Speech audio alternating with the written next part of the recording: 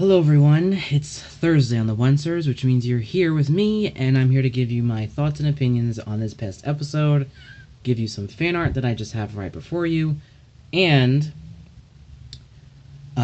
some slight theories that I have in my opinions. Okay.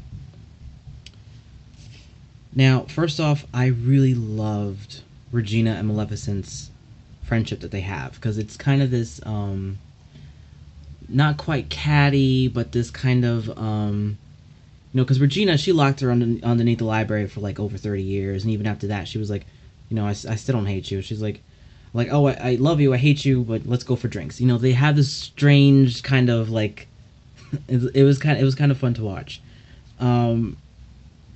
Now, the forest that was burned, that Maleficent burned, and it was interesting because I think this is my 2 cents. I think that's probably the forest and where Briar Rose, who is actually Aurora's mother, is probably where she was probably hiding from Maleficent. Why do I say that? Is because, like my theory in way back in season 2, I had a theory that when they showed Aurora, that her mother was going to be closer to the animated version of Sleeping Beauty. And now, after they had their Frozen arc, where there was two versions of the Snow Queen, and it was two different story arcs that they kind of blended together to make one story arc, which is Ingrid was more like the Hans Christian Andersen written version, and then Elsa, of course, was ripped right out of Frozen. So you have this two different versions in one story arc, and that's what I think Briar Rose and Aurora are. Is that Briar Rose is going to be more closer to the Disney animated version, and Aurora is going to be somewhat closer to the written fairy tale version where she grew up as a princess her whole life. So I think Briar Rose was hiding in that forest, and then Maleficent burned the forest to kind of smoke out Briar Rose. Pun intended. Now, when Regina met Maleficent, this is what I'm saying, because she was like this defeated, kind of magically high on magical drugs. Like she turned her sleeping curse into a form of drug. I was like, wow, I didn't think once would ever go there, but they did. And the one thing I was kind of thinking, it was like, they kind of let you have to figure out when this took place exactly. And that's, I think, a lot of, like, I think myself and a lot of fans probably have with the show, is that when they show the flashbacks, you kind of have to guess when exactly it happens. You have a rough estimate when they show you the episode, when it's like when she's wearing when Regina's wearing the more brownish clothes. She's not full-fledged evil. She's like, magic apprentice stage, where she's just learning her magic and she's very new to it, and she hates snow and she wants to get revenge. So that's the point in time in when she met Maleficent. So she wanted Maleficent to be more of a teacher, and Maleficent was a little defeated at that point. So she helped, and so basically Regina's the reason why Maleficent came back and being crazy Maleficent again. So thank you, Regina, for that. The thing is, I mean, I wish that Once Upon a Time would create some sort of dating system that would chronologically pinpoint everything that happens. There's a rough estimate, but you kind of have to figure it out on your own, and it's like, it's a little frustrating, but, let's move on. Rumpel mentioned a war that he wants to start. He wants to pin the heroes and the villains against each other, and he wants people to pick a side. Now, I think that he's going to accomplish this not by the way Ingrid was going to cast the Shattered Sight Curse, where she was just going to have people, oh, I hate you, like bringing out their inner feelings and everything, but then the curse breaks and like, oh, you were under a spell, everything's fine. No. I think the way Rumpel's gonna do it, he's gonna dig and exploit everyone's weaknesses, he's gonna misuse everyone's trust, and he's gonna use that against them. And the rifts that he causes, they're probably gonna take a while to bond back together, or if they do. So the war, I think, is going to be the climax of this actual arc, and it's going to be bad. It's going to be a big, not bad in the sense that it's going to be not a good story, but I think bad in the sense where it's going to be cataclysmic and really, like, a lot of stuff's going to happen. Now, the one thing I want to talk about is I'm going to call this version Rumpelkillian. Thumbs up this video if you think that's funny.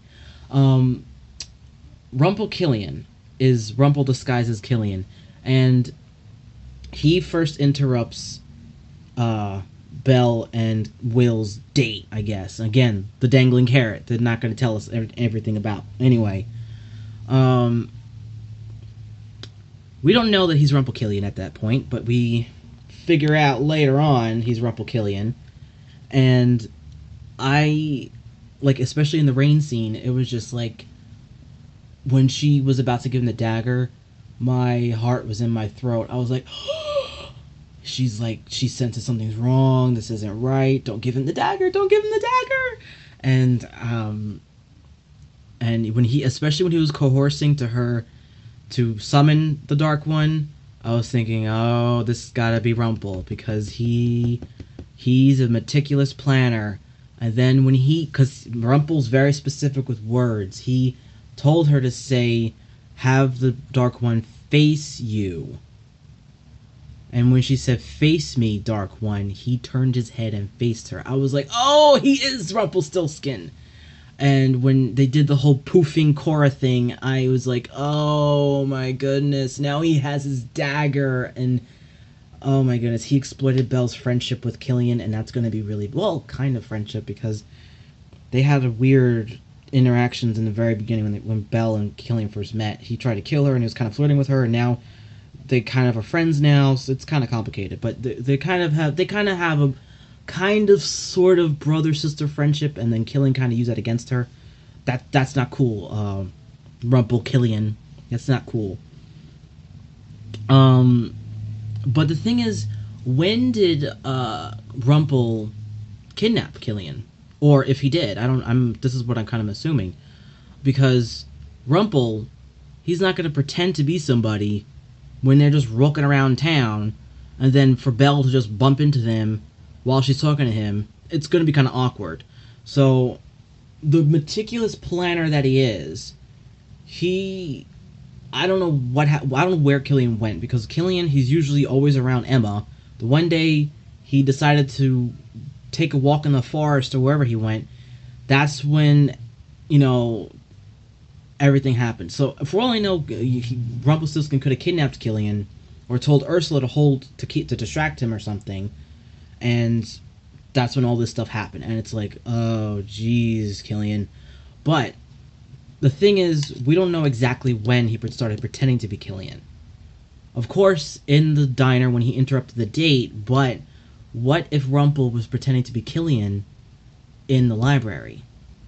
Because I was rewatching that scene again just today, and I was really, like, watching Killian. I was thinking, okay, when the first interaction is definitely Killian, but then here, because in the library scene, he didn't say or do anything. Nothing that was distinctly Killian. He was just standing in the background. So that could have just been Rumpel listening, finding out that Regina's not really one of them.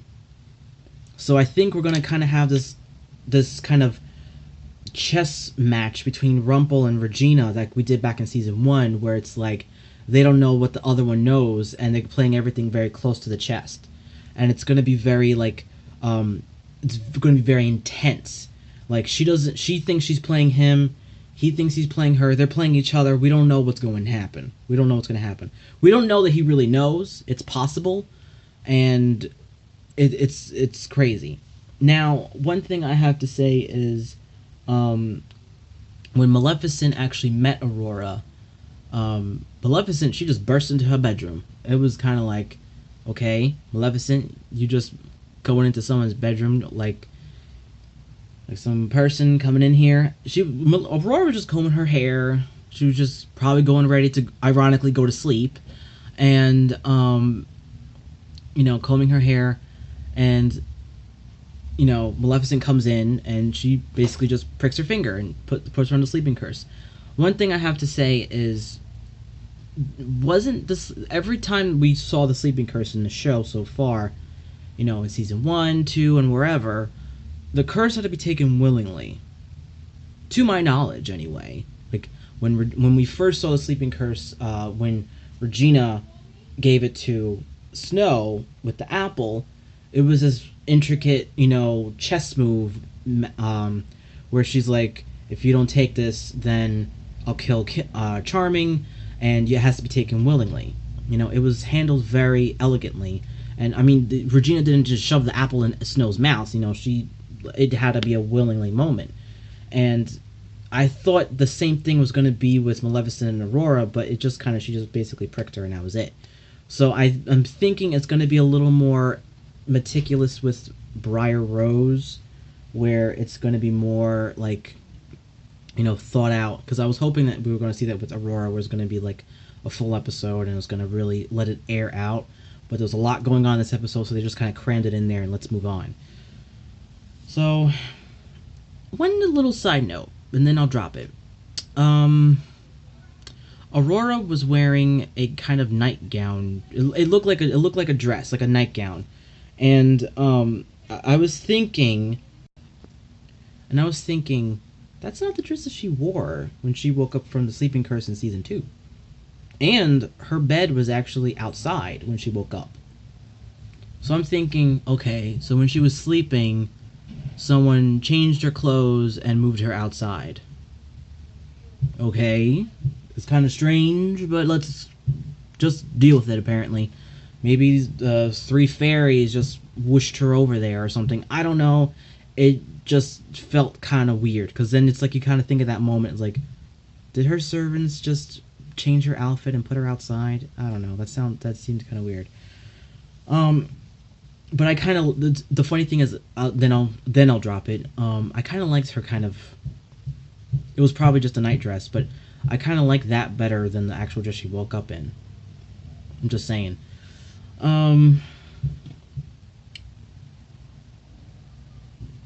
I think I pretty much covered everything.